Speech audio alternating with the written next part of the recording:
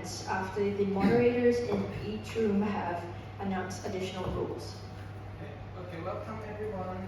Good morning and welcome everyone to the first round of debates. And I will be announcing additional rules as specified in. Okay. Attention everybody. Attention to all competitors. The following are the rules for the debate. Please listen to these rules carefully. They will not be repeated again. They will not be repeated again, so please listen carefully. In the following debate, a topic will be presented. You will debate within the scope of that topic using the information that you have previously researched. Each speaker will have 5 minutes per round, with 4 rounds per team, to present your arguments to the best of your abilities. Should a challenge arise, it will be addressed at the end of the allocated 5-minute round. After which, 1 minute will be given for the source to be found, and 1 minute is given for the accused to present their case.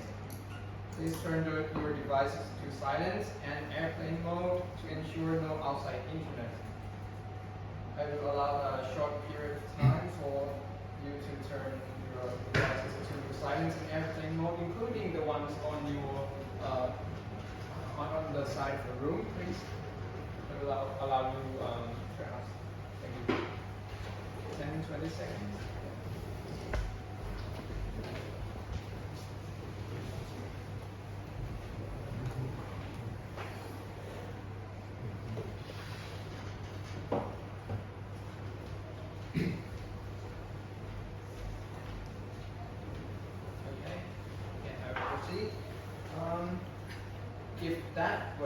If that is not the case, you'll be immediately removed from the competition.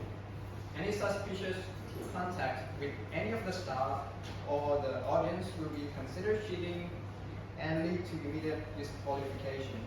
Any violations of the previously dictated rules will lead to immediate disqualification as well. We wish you the best of luck in the following debate. Now the debate will be between Team 4 and Team 5 on the topic of artificial intelligence will have a positive impact when deployed in outlining, shaping, and regulating healthcare policy. Okay, starting with the proposition, please be ready. And can the first speaker please raise your hand, please? Okay, thank you. Okay, you will have 5 minutes, starting from now. A human of average intelligence working harmoniously with an AI system outperforms either one working alone. This is what Gary Kasparov said after losing against Deep Blue, and it holds true even today. Good morning, everyone. My name is Earth, and today, as the affirmative team, we will be arguing for why AI should play a role in health policy making. Before we even start, though, how do we determine whether something actually should be done? Well, we have to compare it against the goals of a health system. And we have it printed right here, as you can see. This is from the WHO, and it's the goals of a health system or the building blocks of a health system. And so in this debate, whenever we discuss anything, we will be linking it back to these goals right here to show you how and why AI will actually be useful in this case. Now, as the first speaker, I will be talking about more so leadership and governance and also the goal of financing. Our second speaker will talk about service delivery in healthcare and how AI can help in that, along with giving a few examples. And finally, our second speaker again will talk about how AI will make our systems more effective, save time, and also make it more resilient. So, first off, healthcare is a public good. This is a discussion of public policy, and so policies are meant to do good for the greater number of people. Addressing the ethics side of things, that is the key idea behind beneficence, a key pillar of medical ethics. But how can AI help us do that? Well, AI can be useful for procuring information. A benefit of AI is that it is able to analyze and sort through big data. Now, big data means extremely large and complex data sets, and healthcare is an example of this. These kind of data sets are just not able to be processed normally by people just due to the sheer size of it. But if we want to make full use of it, AI can really offer us a way out. Hence, AI can help us be kept up to date, and also for us to learn from these complex data sets, to allow us to monitor and for it to be surveyed in order for adaptive policies to be made in accordance to the more recent information and more recent updates on medical information. And so AI can help in giving recommendations, in summarizing data, and kind of helping make a bit of a prediction for the future. Now, Addressing the concerns of biases, I'm sure a lot of people who think of AI may think of it as sometimes it's wrong, sometimes we don't really know what's going on. But actually, if we were to use it in this case, what we propose is that we use something called explainable AI. Now, explainable AI, in the past, at the current moment, AI is kind of this black box. You know, like sometimes you put in input and you don't really know what comes out. But with explainable AI, we can see kind of the logical steps which the AI took to make its recommendation, to make its prediction, and to maybe just to summarize data. And this will allow us to see actually where all this information came from, and check it for biases, and check it whether it is actually right or not. And also, addressing the concern of misinformation that the other team may raise, we obviously, for something like this, we would obviously have rigorous quality checks, and we wouldn't just rely on AI on its own, but we would use expert inputs and things like that. But in this case, AI would just be used as a tool. And like all other tools, like the internet, it carries some risk, but we would try to limit that risk as much as we can. And just because it has a small amount of risk, doesn't mean that we shouldn't use it at all. And as our second speaker will explain further, this has been done a lot of times before, and so it works. Now, what I want to end off with is that a human and AI is a very, very good combination. It is one of the best combinations we can have. The fact is not whether AI and humans are fully better or one is fully better than the other.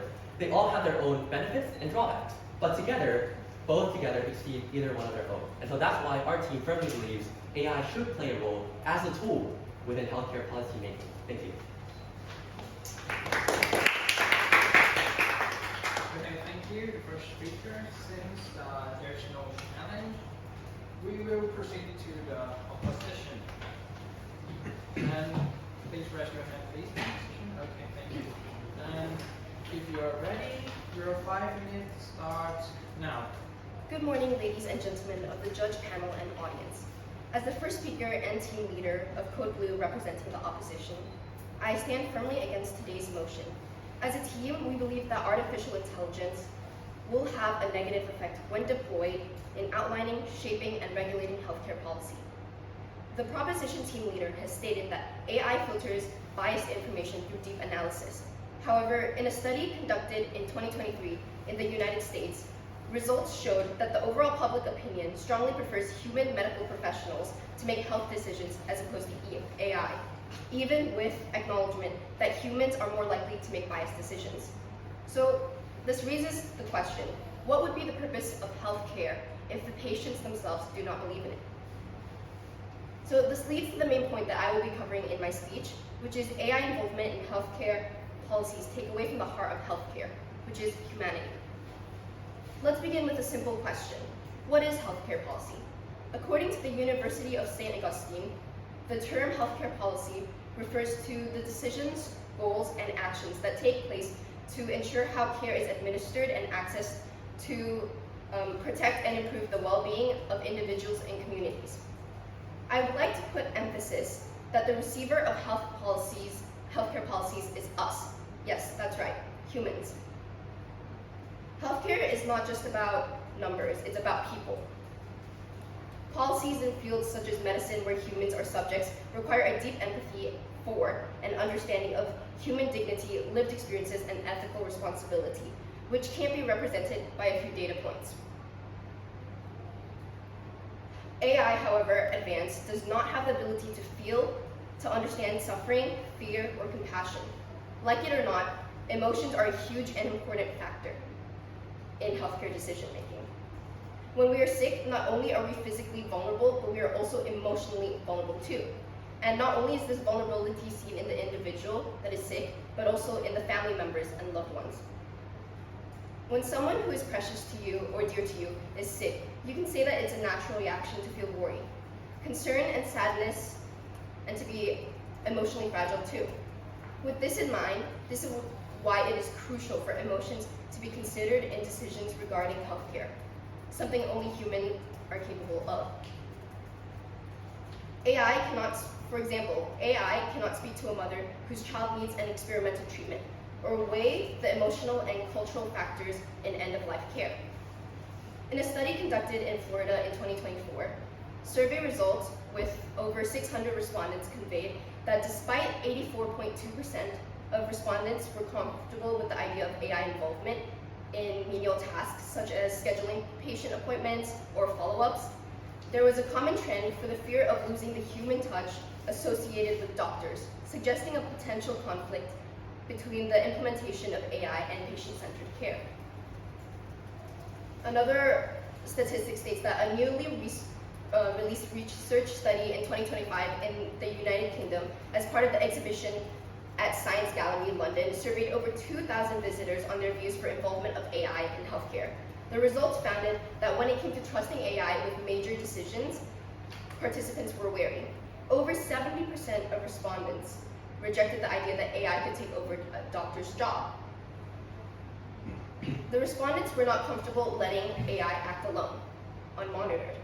Researchers noted that most people would not be happy for AI to make decisions without considering their feelings, a function that AI is incapable of practicing. This trend from 3 different studies show that if we implement AI in decision making, such as policy creation in this case, we ignore the concerns of the majority of citizens who are on the receiving end of our healthcare policies.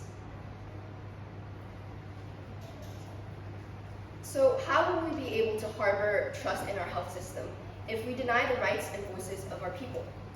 When we leave policy making to AI, we risk reducing patients to data points and ignoring the human values that underpin just and equitable care. Algorithms may choose the most efficient outcomes, but efficiency is not always ethical. Consider rationing care during pandemics. Should we prioritize the youngest, the strongest, or the richest in resources? These are not purely statistical decisions. These are moral ones, which cannot be made by AI. Empathy may not be quantifiable, but in healthcare, it is indispensable. Thank you. Thank you.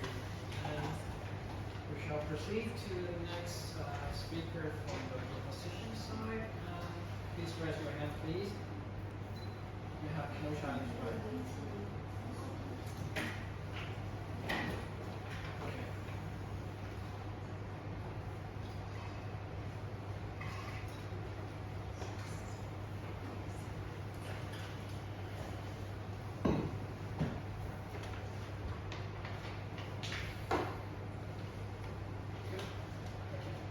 Okay, hi.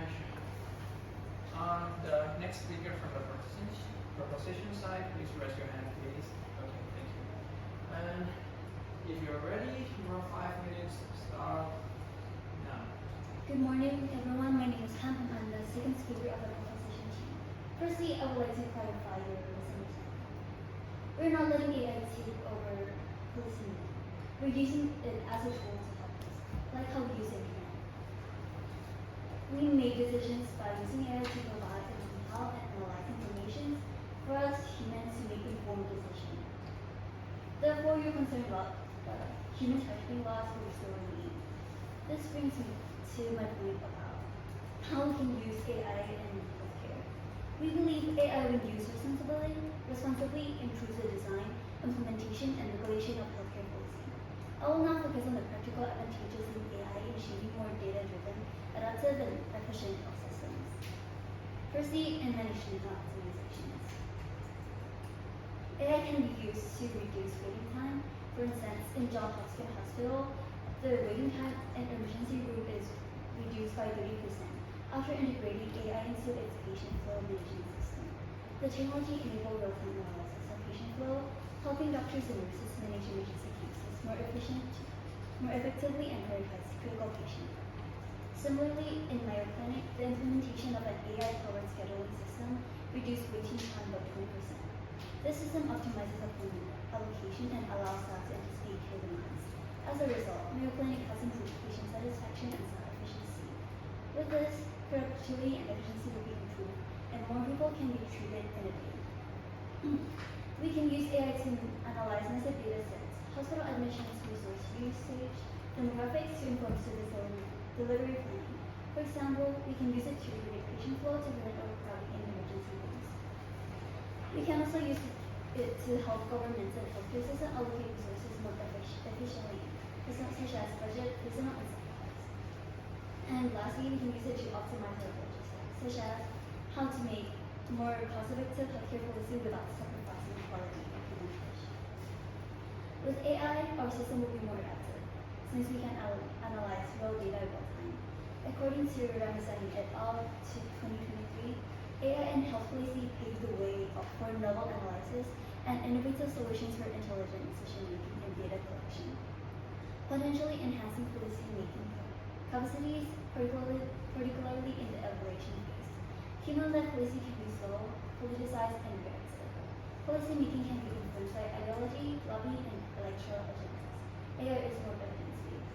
Therefore, AI can help us detect emerging trends such as the rise of infection rates and recommend early interventions.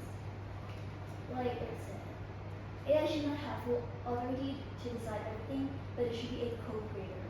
Humans must remain responsible for ethics, legality, and cultural context. AI should guide policy while making experts, medical boards, taking decision-making power. AI can vastly improve how healthcare policy is shaped and adjusted, especially when complexities and speed are required. AI does not replace humans, but it empowers them with clear insights and objectivity. We strongly support the motion. AI has a positive impact when integrated into the policy-making process. Thank you.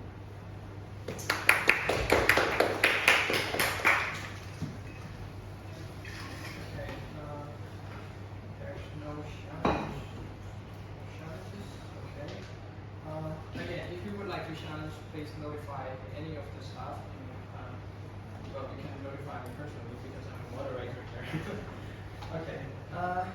The next speaker, the second speaker from the opposition team, please raise your hand and. Judges are Okay, if you're ready, please start now. Good morning again to the honorable panel of judges, the audience, and my fellow debaters. As the next speaker for opposition, I will strengthen our team's stance that AI, when deployed in outlining, shaping, and regulating healthcare policy, is not a force of good, but a ticking time bomb. Our first speaker proudly emphasized that healthcare is built not just on data, but on empathy, ethics, and human judgment. I'm here to show you that AI not only lacks this, but actively threatens the principles our healthcare systems relies on. Fairness, accountability, and trust. Let's start into our first argument about AI bias. Let's break this concept down. The proposition wants you to believe that AI is objective. But what they forget, or ignore conveniently, is that AI is only as fair as the data it's fed. In a landmark 2019 study published in Science, a widely used healthcare algorithm in the US was shown to underestimate the medical needs of Black patients because it had learned from a system that historically denied them care. AI doesn't fix this injustice, it reinforces it. AI learns from the past, but sometimes the past is biased. From racial disparities in pain treatment to the historical underdiagnosis of women, real-world healthcare data is soaked in inequality and ignorance of minor groups. This is where some data gets missing. When AI learns from that data, it doesn't fix the bias, it automates it at a faster pace, like they said. Take, for example, in 2025, The Guardian reported that AI was used to automatically reject insurance claims in just 1.2 seconds. Many of these rejections were based on flawed assumptions, disproportionately affecting low-income patients. Think about that. The lives impacted by invisible decision that no one can fully track. So while the proposition says that AI removes human bias, we say no. AI just scales up faster at a faster pace and hides it behind code and a positive glazing stigma that AI is good. Now let's say an AI system makes a harmful policy. Perhaps it underfunds rural clinics, deprioritizes mental health, or misallocates resources based on flawed or missing inputs. The question then is, who do we hold responsible? The algorithm, the programmer, the institution, the doctor who used it? There is no clear answer. Unlike human policymakers, AI can't stand trial, can't issue a public apology, and doesn't realize this mistake, giving false confidence to users, especially doctors. This creates what legal scholars call an accountability vacuum, a dangerous space, where real-world harm goes unpunished, uncorrected, and mostly unseen. Especially in developing nations without proper AI oversight, this risk just multiplies. According to the EY law in 2024, the regulatory landscape for AI in healthcare is still, and I quote, fragmented, reactive, and dangerously underprepared. Now let's rebuttal some of the proposition's claims. They say that AI makes better decisions based on statistics and evidence. But healthcare policy isn't just math, it's morality. Who gets a liver transplant? Which communities get vaccine priority? These are ethical dilemmas, not coding problems. And AI just can't grasp this as well as humans themselves. They might even further say, they did say, that don't worry, there will be human oversight. AI will be used as a tool. But in practice, in reality, oversight often fails. Systems are too complex, there are too many, harms happen too fast. And by the time someone notices and intervenes, the damage could already be done. Those are real human patient data that we are risking. And in the end, over-dependence on technology is never a good idea. One minor glitch could crash entire national infrastructure. My next speaker will dive deeper into this risk and even more valid points such as harm and privacy concerns in her next speech. Thank you very much. We are proud to oppose. The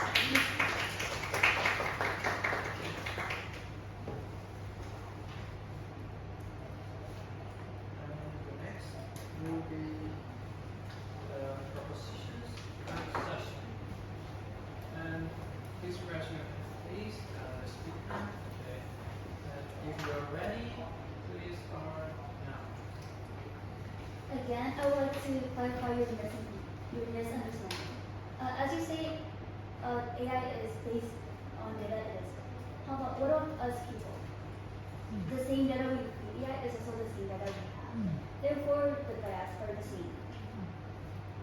But with AI, we're reducing time and cost required to analyze this data and also reducing human error. You may worry about the mistakes AI can make. Well, we will regularly monitor and validate our AI, and to fix the bias problem, developers can create sets of rules to reduce the maximum transaction, and these will still be crafted by us humans. Let me repeat again. We're using AI as a tool. Therefore, accountability still falls on the policymakers who use the AI. This brings me to another point, the use cases of AI in policymaking. Firstly, AI is made for jobs that require a huge amount of work, with a lesser degree of detailing and such. Aligning and shaping policies is a job that AI would excel in, while letting human handle the more detailed side of things. AI is made advantageous in managing a huge amount of data and analyze them. So, regulating things according to the policy should be a job that AI excels in. Aligning policies is usually time-consuming, but not a lot of critical thinking is required. While specifying and detailing the policies themselves are what requires the most attention from the policymakers, as this process will require an extraordinary amount of refinement to come up. By utilizing AI to work on parts that do not require understanding of human actions, behaviors, and needs is simply the most efficient method. Monitoring a huge amount of data and people is another specialty of AI, as it is built to handle processing that. As such, the need of humans to monitor things on a case-by-case basis is less needed, and only call upon humans on complications that may occur on special cases. To summarize, AI allows for the process of drafting policies to be sped up and done more efficiently, allowing the work that requires more human attention to be attended to more. Secondly, after a healthcare policy is established, AI significantly enhances the ability to monitor its progress and evaluate its effects. AI systems can efficiently collect, integrate, and analyze vast, diverse data sources, including clinical, behavioral, environmental, and operational data, giving policymakers a comprehensive, real-time perspective on the efficacy and impact of data of policies.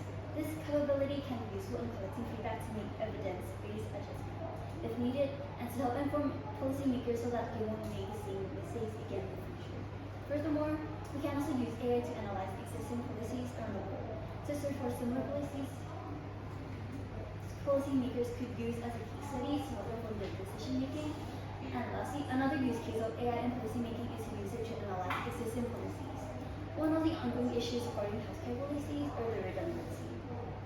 When there are duplicates of the same policies, this process is known as consolidation. With AI, we're able to use it to analyze existing healthcare policies and point out policies that can be merged together. With this, we're streamlining policy to reduce bureaucratic complexity and minimize confusion, ultimately making regulatory bringing roads easier to navigate for both public health and the public. Additionally, we're also reducing administrative costs and freeing up resources, allowing more resources to be focused on greater purposes such as actually treating patients.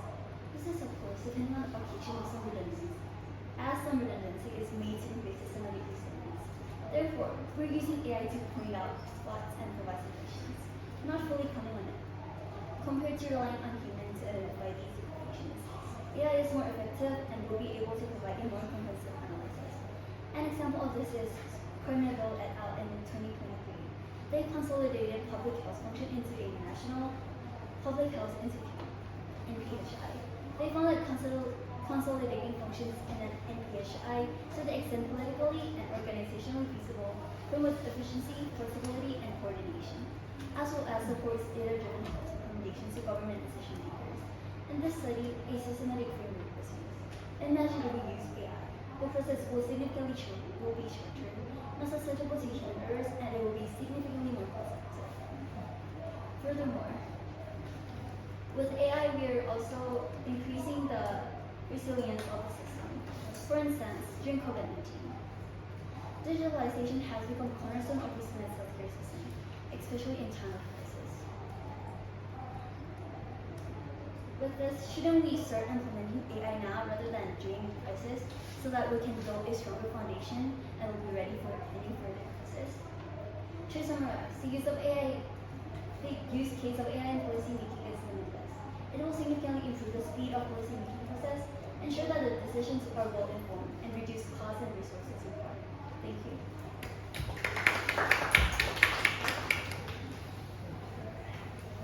Moving on to the opposition. The next speaker, please raise your hand.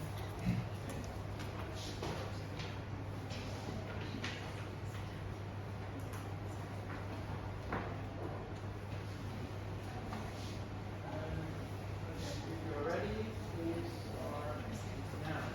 Respected judges, as the third speaker of this opposition, I will carry forward our message.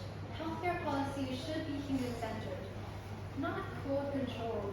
Our first two speakers have shown how AI lacks empathy, carries hidden biases, and creates dangerous accountability vacuum. I'm here to strengthen our stance. Three more urgent concerns: job displacement, loss of data privacy, and over-dependence on technology. First statement is rebuttal to what the proposition has said themselves. AI uses huge amounts of data, and I ask where that data comes from. It comes from mental records, HIV statuses, genetic disorders, biometric data, and reproductive histories, privacy and sensitive information. Healthcare is not just data. Let's remember that AI needs to function data and tons of it. It needs that governments, third-party companies are handling tons and tons of our personal data, which can be hacked, it can be reached into, it can be leaked. In this theory, this makes systems smarter, but in practice, it makes them vulnerable. According to Vox 2003 report, AI therapy chatbots in the US weren't bound by strong privacy laws like HIPAA. Some shared user data with third parties without clear consent. If the same happens in policymaking tools, we're not just talking about data breaches, we're talking about lives ruined. Imagine this: someone's HIV status leaks in a small rural area in Thai town. They lose their job, they face social rejection, they avoid seeking treatment out of fear. This isn't theoretical, it's happening. Thailand's own digital systems, have experienced minor breaches before, and they weren't fully AI integrated. My second point is job displacement. Efficiency at the cost of people. When AI shapes healthcare policy, it's not just assisting humans, it often replaces them. From public health analysis to administration staff, entire categories of skilled human workers risking job reduction. In the US, AI systems were introduced into insurance workflows, leading to automation of claims processing and thousands of workers were cut. In developing countries racing to digitalize, these workers are more than vulnerable. Unlike machines, these workers hold institutional memory, local insight, and crucial human experience. These jobs impact mass employment, healthcare systems. Communities lose trusted figures in healthcare administration. AI becomes a tool of disruption, not transformation. Proposition may say, we can retain them, but in reality, not every displaced worker becomes a machine learning engineer, especially in resource-limited settings. That's just not practical. My last argument is over-dependence on technology, fragility, and masquerading as progress. AI looks impressive until it crashes. Proposition wants AI to make fast, scalable, automated decisions, but what happens if the systems fail? In 2017, the WannaCry rainstorm attack shut down parts of NHS, canceling surgeries and rerouting ambulances. Now imagine AI systems controlling the national health policies. A coding bug triggers a resource cutoff, a cyber attack manipulates vaccine priorities, a server outage delays emergency response. Who will step in? By then, the human system may have already been dismantled. And the impact this causes: rural areas with low digital infrastructure gets left behind. Patients face disruptions in critical care, and trust in healthcare governance gets destroyed. Proposition calls it efficiency. We call it fragility. This isn't just a battle between the future and the past. It's a battle between reckless automation, ethical and human governance. We do not reject all AI, but we reject the idea that it should control very rules and decide how we get care. Thank you. For the sake of privacy, stability, and human dignity, we proud to oppose. Thank you. And last session for the proposition team, the concluding session. Speaker, please raise your hand. Okay. Hold on a second. If you are ready, please start now. To start off, I think I want to address some misunderstandings I think the other team has made. The first speaker said that people say that humans should make the decision. And we agree. Humans should be the one to make the majority of the policy decisions. But what we are saying is that AI should be used as a tool alongside that. Like the internet, for example. When the internet was created, should the internet be the only place we look for information, and should policymakers just search up, what should we do with Thailand? No. They're going to use it as a tool. They're going to use it as a way to gather information. And that's what we're proposing for the use case of AI. The first speaker also said that policy is mainly human focused and not data. Well, data is also very important in policy making, because oftentimes, even though in an ideal world, of course, you can go around to every house asking every person, but in real life with public policy, sometimes you need this data. You need the massive data sets, you need to analyze those in order to make a policy that benefits the majority of the people while still being something that's realistic to do. And you also said that efficiency is not always ethical. But what we're saying is that a human plus an AI is both efficient and ethical. And so, following on to the second speaker said that there were three main issues with AI, right? That there was fairness, accountability, and trust. Well, I believe our team has addressed all three of these points. First, fairness. You said that AI is biased with misinformation and things like that. But we could clean the data. Who's training AI? Well, it could be, for example, the Ministry of Health, who's gathering and making sure the data is accurate and to the point. We're not just taking random sources from the dark web or from the internet. We're actually going to clean the data and make sure that it's accurate and the AI produces outputs that we can explain. Second, on the accountability side, you said that AI is not accountable. Well, if AI is used as a tool, kind of like how the internet is being used, we could use things like explainable AI to make sure we see how it's actually making decisions. And in the end, it's the person who's using it who is responsible to a certain extent. Like how if someone can use the internet in the wrong way. I could use this pencil in the wrong way, right? Should we not use a pencil if I can just go around stabbing people with this pencil? No, right? And so that's why I believe that AI still, in a sense, does not violate this accountability rule. And finally, in terms of trust, you gave an example study that said that people don't trust AI. Well, actually, we actually have a study as well that says that people actually, a study done on people showed that people actually trust AI systems in the country that it was done in more when it's working independently from humans than just a human alone.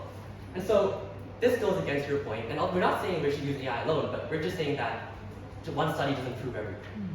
And also, you also said, I think, that if AI falls apart, what if the systems shut down?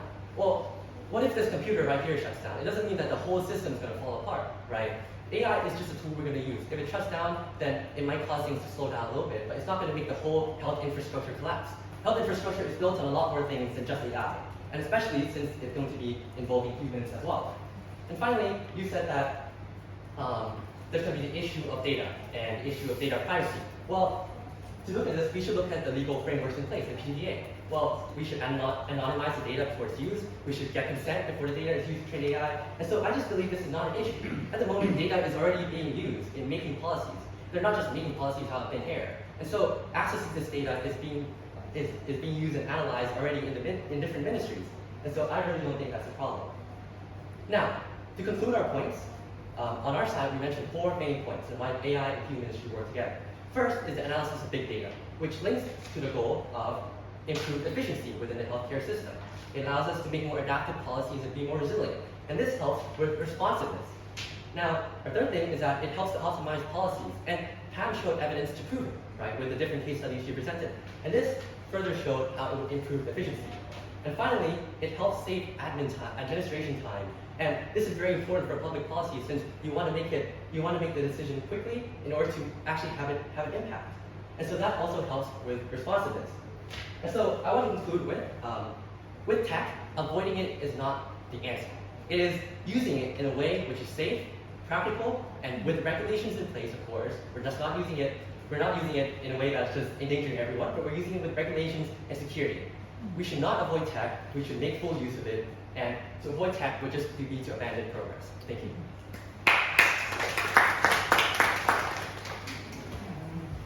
Here we are.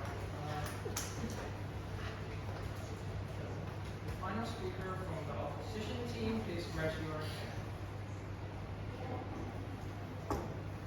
And you have the last 5 minutes, starting from now. Good morning again, ladies and gentlemen of the judge panel and audience.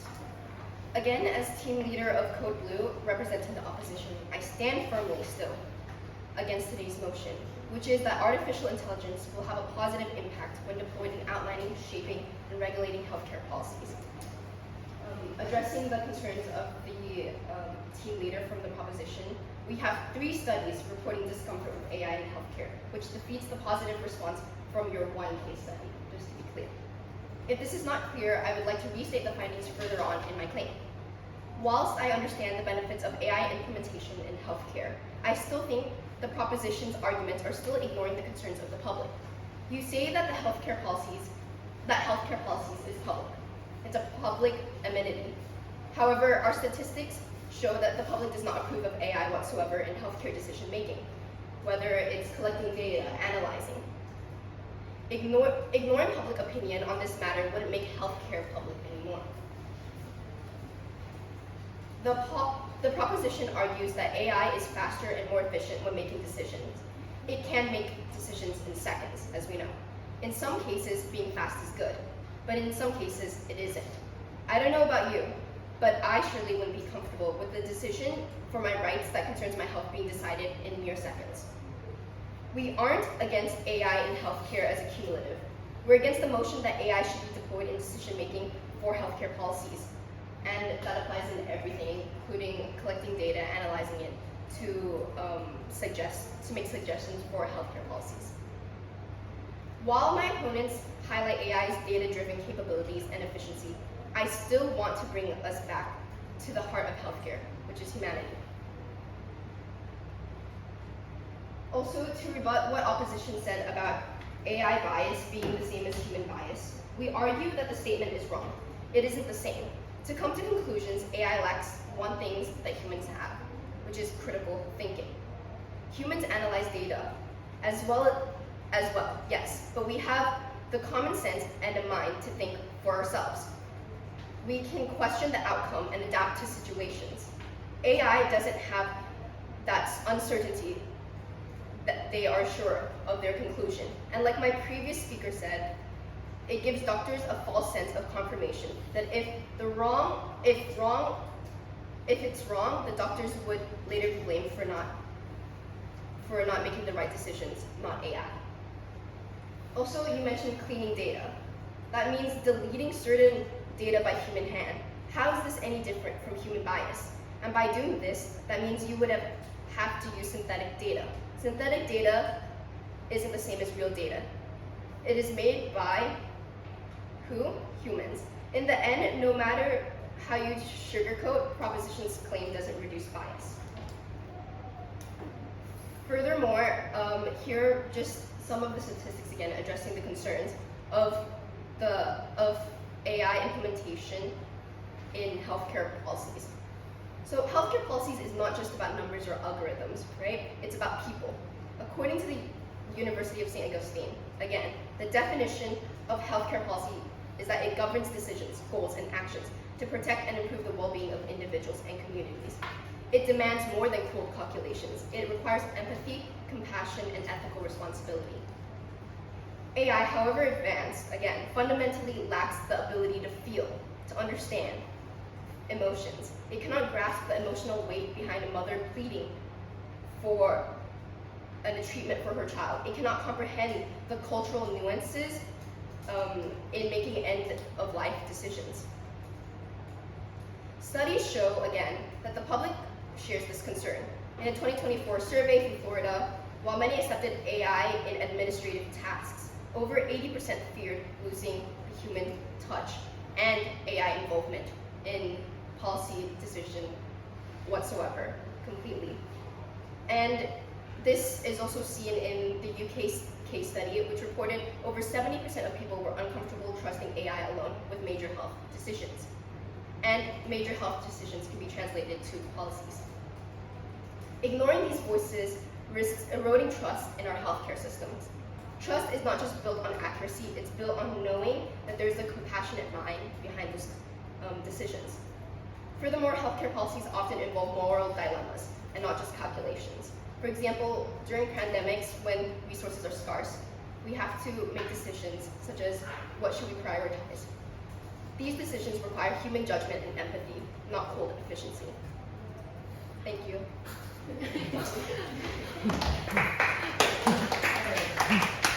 Thank you both, the proposition and the opposition.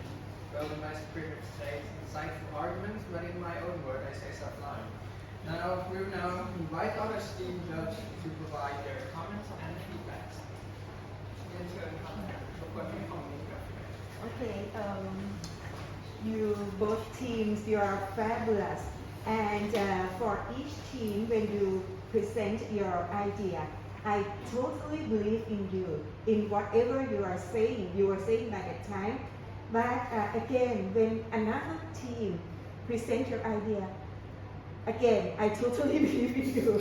And actually, I'm the next.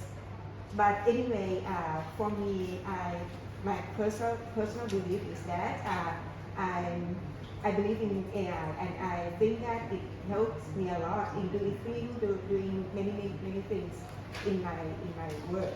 But anyway, I think both of you, both teams, gave us an what should I say?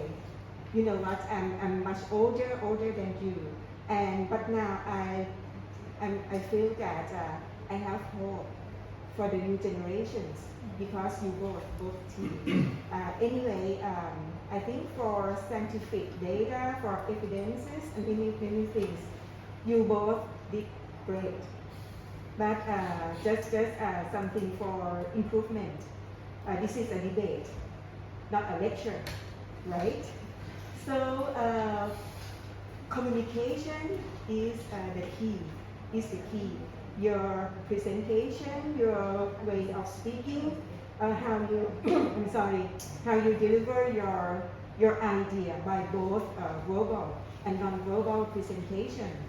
is like the thing that is very important in debate. And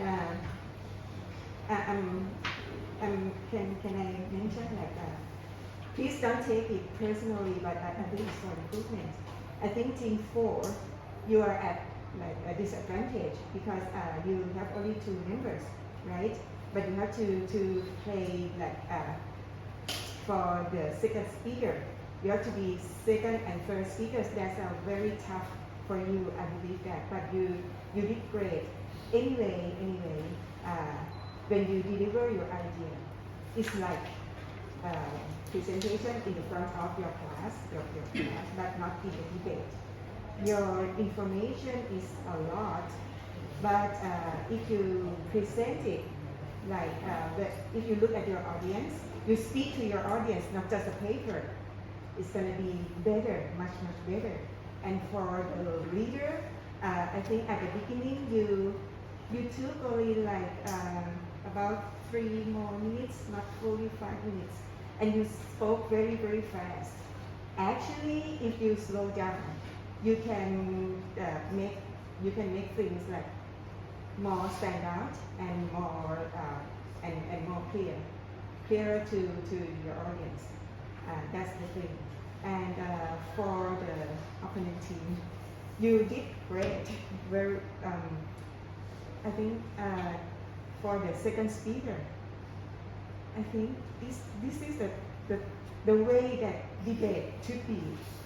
You have to like beat your opponent, beat team 4, right? And you like, can I use Thai word? ขยี้ like you have to bring up the point that you have like different opinion, and you like debate, and you like give a reason that is very clear for to fight your opponent. This is the way the debate should be. But anyway, all of you, you did great for this debate, and thank you for have me in joining this. I don't know. I feel like I have hope for the new generation. Like, can I say it again? Okay, thank you. ผมเหลือกี่นาทีครับ เดี๋ยวขอสั้นๆครับเดี๋ยวเราต้องใช้ Okay. So that's the case. First thing first, both of you guys, you did a very beautiful job in this debate. So I'm gonna give a brief comment for both teams. So first thing first, many of you wait a lot. Okay. So actually, it's not like we have a face-to-face conversation because you had a face-to-face conversation with the paper. Okay. So that's the things. But for both leaders, you did well in delivering the talk. And especially the team 4. So at first, in the very first session you speak, so you can stutter quite a lot, and you can shaking, so I can say that. So you must be nervous because you're the very first person to speak. So you speak like you spend only 3 minutes to deliver the job, but actually you can do more. Okay, you can slow things down and talk in a more engaging manner. Okay, so but because you're nervous, so that's a given. But I like the conclusion sessions. That feels like the real debate begins. Okay, and for the second team, so the second speakers, as Tan also said, so I like your emotions, you like the happiness, your energies. That's quite right. Okay, so I come from a cybersecurity background. Okay, so some points in the opposition, Steve, you mix, for example, cyber attack like WannaCry in 2017, the shutdown of that, the facilities, you mix that with the policies making.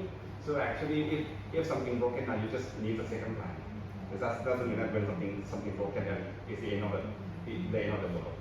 Okay. So in security, we just make sure that things run smoothly. If you cannot guarantee that things gonna run smoothly in one plan, so you need to make plan B, for example.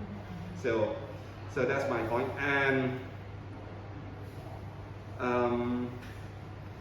for the opposition teams, since the topic here, we're talking about the policy makings, right? So sometimes you make it too personal, to target to like the treatment for individuals or specifications, but actually we're talking about how to use AI for the policy making as a whole to govern a lot of people. So I think the proposition team stick to the theme more often. So that's what I'm saying. That's what I'm thinking right now.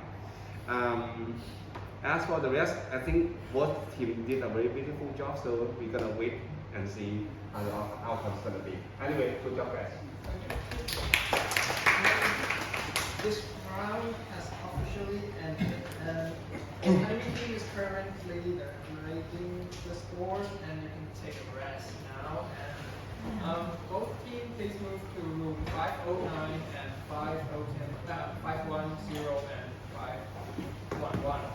Okay, I believe your grades will be provided there, and at that time I'll just pass it back.